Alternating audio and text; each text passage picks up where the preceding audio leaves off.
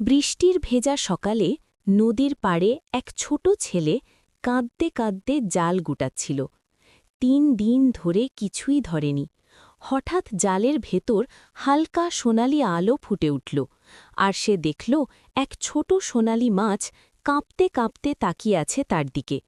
মাছটির চোখ যেন মানুষের মতো, তাকে কোনোভাবে বোঝাচ্ছে, আমাকে ছেড়ে দাও, তোমার ঘর আর কখনো খালি হবে না। ছেলেটা অবাক হলেও মায়ায় মাছটিকে আবার নদীতে ছেড়ে দিল। সেই রাত থেকে তার বাড়িতে ঝুড়ি ঝুড়ি টাটকা মাছ আর চালের বস্তা চলে আসতে শুরু করল। মা প্রথমবারের মতো দীর্ঘদিন পরে হাসতে লাগল, আর পাড়ার মানুষরাও তার কৃপা দেখে মুগ্ধ।